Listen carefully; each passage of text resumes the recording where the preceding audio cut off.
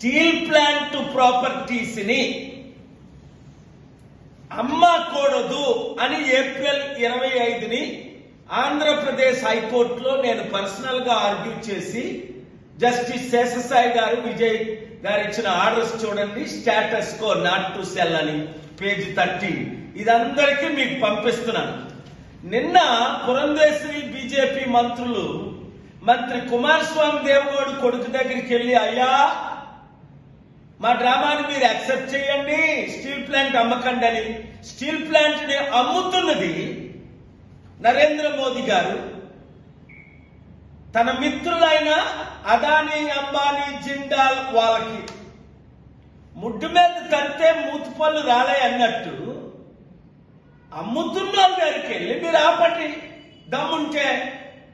పవన్ కళ్యాణ్ జుట్టు ఎగరేసుకొని నేనేం చెప్తా అదే మోదీ చేస్తాడు అన్నావు. మరి ఎందుకు నువ్వు స్టీల్ ప్లాంట్ అమ్మకాన్ని ఆపలేకపోయావు?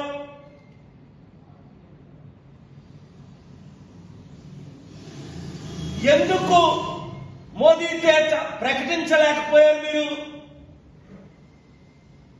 238 బీజేపీకి సీట్లు వచ్చిన ఆ రోజే మద్దతు ఇవ్వకముందే మీరిద్దరూ చంద్రబాబు నాయుడు గారు, నువ్వు స్టీల్ ప్లాంట్ అమ్మము, స్పెషల్ స్టేటస్ ఇస్తాము, పోలవరం కడతాము, రాష్ట్రానికి అప్పులు తీర్చుతాము 13 లక్షల కోట్లు, మీరు లేకపోతే మా గవర్నమెంట్ లేదు అని చెప్పించమన్నా 10 వీడియోలు పెట్టారు. అవకాశాన్ని పోగొట్టుకున్నారు. ఇప్పుడు స్టీల్ ప్లాంట్ 19వ తారీఖుని నేను కోర్టుకి వెళ్ళకపోతే అమ్మేస్తారని నాకు తెలిసి నేను కోర్టుకి వెళ్ళలేదు. రాష్ట్ర తెలుగు ప్రజలందరికీ బుద్ధి చెప్పడానికి.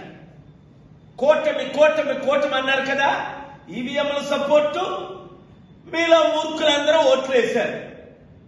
ఇప్పుడు మనకి ఏమీ రాలేస్తారు కదా ఉన్న స్టీల్ ప్లాంట్ కొనే. అందుకనే నేను ఒక గూగుల్ ఫార్మ్ పెట్టాను. పాలిటిక్స్ పక్కన పెట్టండి, స్టీల్ ప్లాంట్ ని కాపాడదాం, 1,00,000 కుటుంబాలని కాపాడదాం, మన విశాఖ సత్తా చూపిద్దాం, తెలుగు సత్తా చూపిద్దాం, 15 కోట్లు మన తెలుగు సత్తా చూపిద్దాం. ఆ రోజు ఎన్టీ రామారావు ఇందిరాగాంధీకి చూపించినట్లు. ఈ రాజకీయ నాయకులను మర్చిపోండి మీరు. చంద్రబాబు నాయుడు, పవన్ కళ్యాణ్ ఎవరైనా, పురంధేశ్వరి, ఎంపీలు, ఈ భరత్, వీళ్ళంతా డ్రామటిస్టులు. వీళ్ళు పార్ట్ ఆఫ్ బీజేపీ. అమ్ముతుంది బీజేపీ, కొంటుంది బీజేపీ మిత్రులు. 8 లక్షల కోట్లు, 8,000 కోట్లకి. కనుక నేను ఒక గూగుల్ ఫార్మ్ పెట్టాను. దయచేసి మీడియా మిత్రులు, లోకల్, స్టేట్, నేషనల్ మీడియా అంతా, తెలుగు వారందరూ మీరు క్లిక్ చేయండి. I join doctor K A Paul to stop the steel plant sale. నేను మరలా ఒక వండర్ని సృష్టిస్తాను, మీ అందరికీ గుడ్ న్యూస్ ఇస్తాను. అందులో ఏముంది? నేను ఇచ్చిన డొనేషన్ తీసుకోమని మార్చి 14ని, ఏప్రిల్ 25ని ఆంధ్రప్రదేశ్ హైకోర్టు డైరెక్షన్ ఇచ్చింది మోదీ గవర్నమెంట్ కి. వారు యాక్సెప్ట్ చేశారు. కౌంటర్ ఇస్తామన్నారు. 19ని కౌంటర్ వేశారు.